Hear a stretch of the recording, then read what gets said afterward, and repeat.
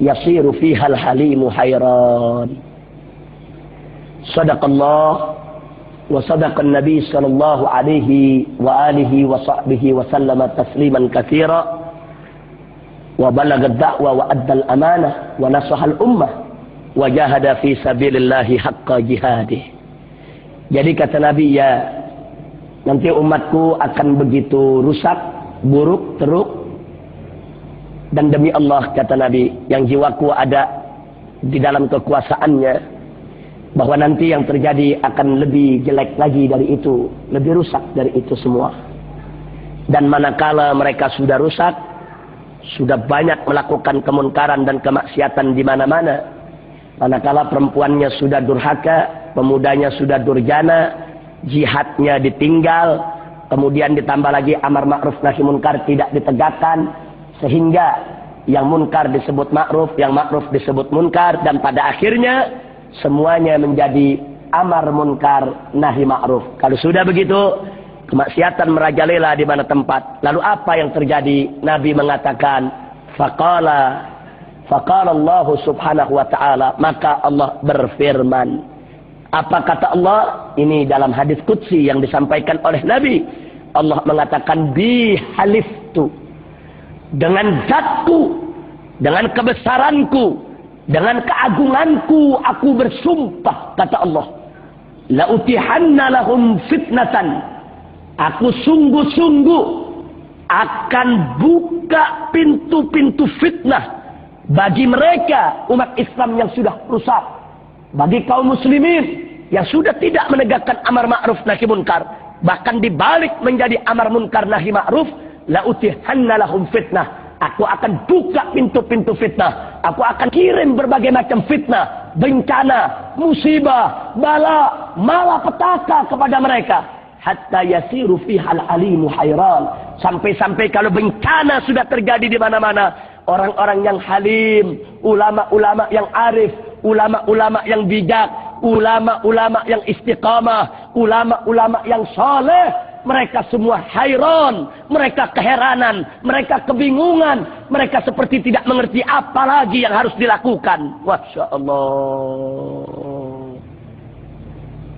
Inilah yang Nabi sampaikan, sebagaimana dinukilkan oleh Al-Imam Al-Ghazali dalam kitab Ihya Ulumuddinnya, yang bersumber dari Musnad Al-Imam Abu Ya'la, yang beliau dapatkan hadis tersebut dari seorang sahabat yang bernama Abu Umamah Al-Bahili radhiyallahu taala anhu. Nah, pelajaran apa yang harus kita ambil dari ini? Yuk kita kaji secara singkat saja satu persatu dari 5 kondisi yang disampaikan oleh Nabi tadi.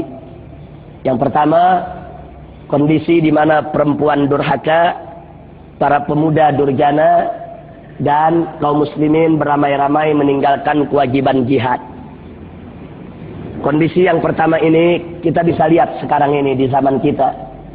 Di mana-mana negeri Islam, ya ikhwan, berapa banyak perempuan-perempuan muslimah yang sudah durhaka kepada Allah dan Rasulnya.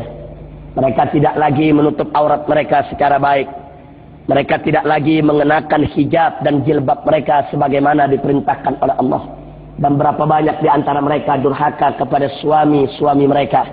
Mereka tidak menjalankan kewajibannya sebagai seorang istri sebagaimana mestinya.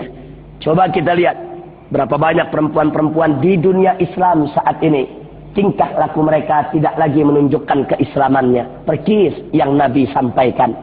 Soal pemuda kita lihat berapa banyak pemuda kita saat ini, mereka yang durhaka kepada Allah dan Rasulnya, dan mereka yang sudah tidak hormat lagi kepada kedua orang tuanya, tidak hormat kepada ibu dan bapaknya, saudara. Coba lihat, karena mereka terlalu sering menonton film-film barat yang tidak mengenal adab antara anak dengan orang tua, akhirnya tingkah laku orang barat dalam film, bagaimana anak kurang ajar kepada orang tua, itu yang mereka contoh dalam kehidupan mereka.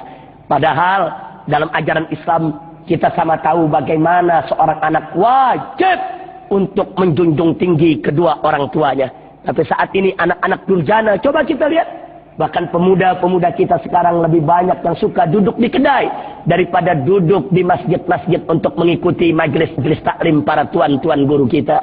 Coba kita lihat kenyataan yang ada di mana-mana. Di Indonesia, di Malaysia, di mana-mana negeri Islam ya ikhwan. Ini kenyataan yang terjadi.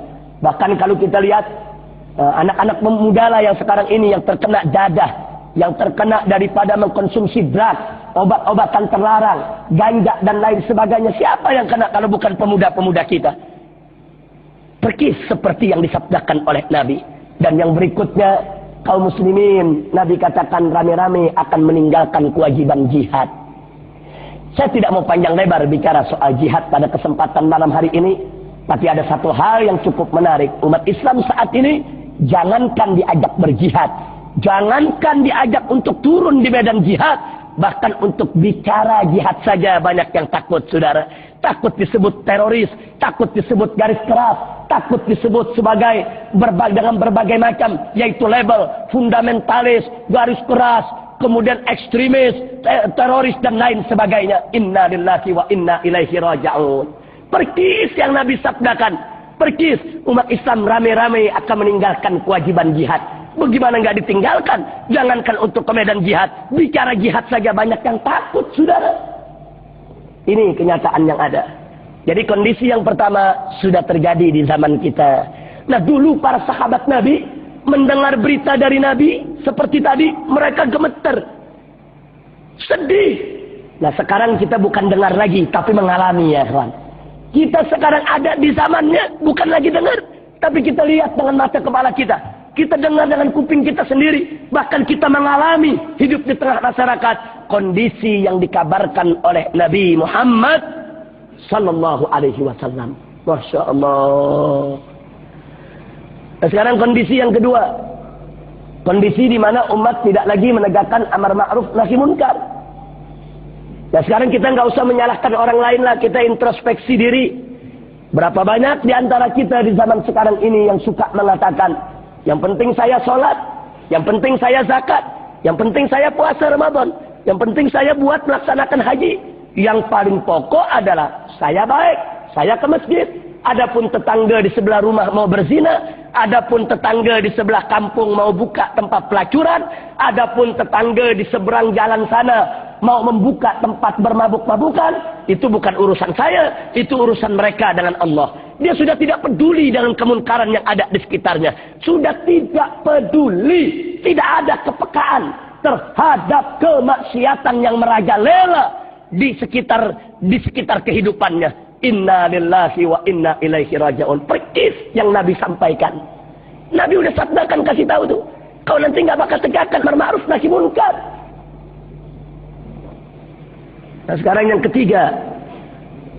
Kondisi yang ketiga, akibat amar ma'ruf nahi munkar tidak ditegakkan, akhirnya akan datang suatu masa seperti yang tadi Nabi cerita, yang munkar disebut ma'ruf, yang ma'ruf disebut munkar. Sekarang terjadi, saya kasih contoh di Indonesia, ulama disebut teroris, tapi koruptor itu disebut pahlawan. Ulama ditangkap, dimasukkan ke dalam jail, ke dalam penjara. Tapi bandar-bandar judi, mereka-mereka yang melakukan berbagai macam kemunkaran, sampai mereka-mereka yang korupsi, mereka merajalela. Mereka tetap hidup tenang, santai, bisa bergembira, bisa seronok kemana tempat, tidak di jail. Jangankan mereka di penjara, diperiksa pun tidak. Masya Allah. Persis yang Nabi sampaikan. Nanti yang munkar disebut ma'ruf, yang ma'ruf disebut munkar. Jadi ulama disebut teroris, penjahat disebut pahlawan. Masya Allah. Oh, kalau kita mau kupas banyak contohnya. Nah sekarang pelacuran ada di mana-mana. Kita protes.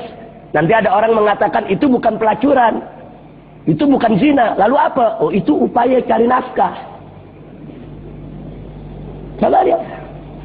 Kan pelacuran kalau disebut zina, munkar itu. Anak kecil pun tahu itu munkar. Tapi kalau disebut upaya cari nafkah, kan halus itu.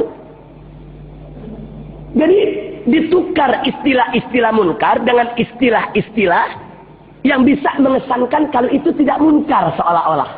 Masya Allah. Ini terjadi di zaman kita. Persis yang disabdakan oleh Nabi alaihi salatu wassalam.